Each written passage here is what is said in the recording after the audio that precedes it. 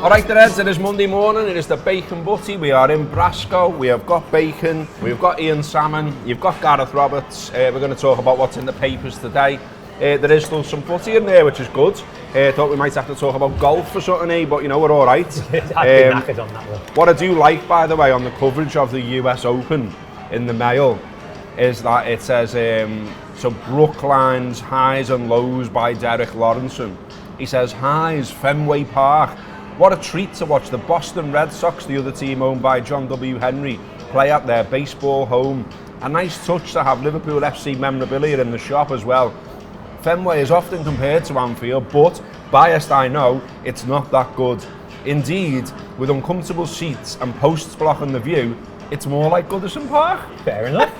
Get in! So I wasn't expecting that little joke from Derek there, but you know, well in Derek. Take a Derek to Red. Derek must be a Red, yeah. Get him Good on. Lad. So on the Reds, let's start with the Reds because that's the team we most care about, of course. There is a piece in the Mail and the Mirror and the Star, the same piece by the same journalists. So if you fancy reading it, you don't need to buy both. Or you can just listen to us. They're basically saying now the dust has settled on Sadio Mane's exit and Darwin Núñez's arrival, thoughts will turn to contract talks with Mo Salah once again. Some interesting. Like they hadn't been thinking about while they were doing the other stuff. Some interesting detail though. It was saying that Mane was reportedly wanting close to £400,000 a week to sign a new deal with Liverpool, which obviously breaks Liverpool's wage structure. Now, one of the sub-editors from the Star actually got in touch with me yesterday and said, "Is your top earner Virgil van Dijk on 220,000?" I said, "Yeah, that sounds right. I think he's just above Mo and just above Thiago."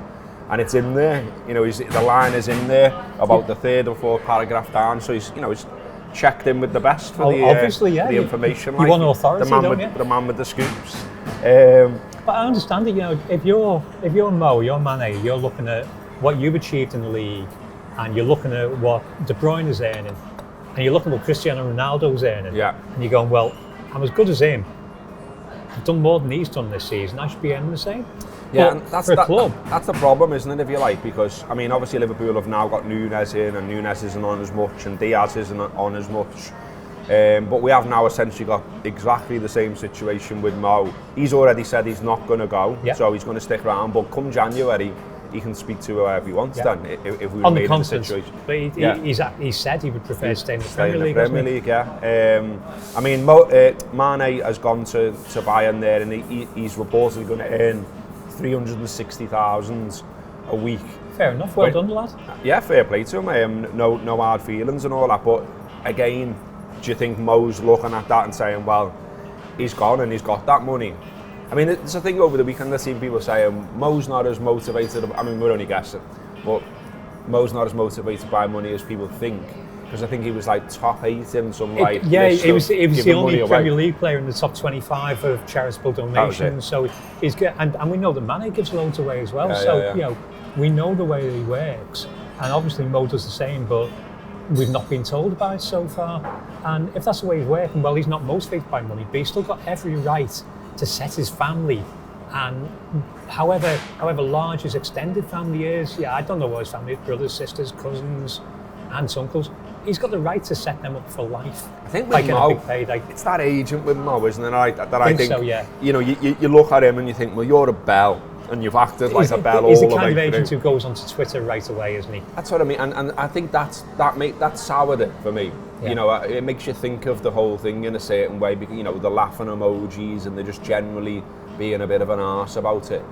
With Mo, you don't really know, do you? Because he doesn't talk about it. When he does do interviews, he doesn't really talk about this. No. And it's like... He just seems a good lad. Yeah, he does seem a good lad. I like, there's a line in here, it says here, there's no longer a feeling of Armageddon if Liverpool don't agree a deal to keep him. I'd like to think, though, that they are still doing everything they can to keep him, because a lad who can score 40 goals, 30 goals, 20 goals, you know, on the regular. I mean, side by side to this piece is a piece with Bowen from West Ham, and he's talking about how he looks at Mo as like an inspirational figure, because Mo basically got double what he did in the Premier League last season, and Bowen's seen as having done well. But that just shows you we were linked with him. And you're like, if we lose Mo and we're replacing him with Bowen, we're replacing him with half the player at the moment, or half the results. All right, the Reds, to enjoy the rest of this video as well as all of our premium content, just click on the join button below and join our YouTube membership. You'll get all of our exclusive content, including our match previews, our post-match reaction, our exclusive interviews, and all the transfer chat about who is coming in and out. So yeah, share the journey with us, supporting Liverpool from the heart of the city. We're home, we're away. Come and share it with us. Up the Reds.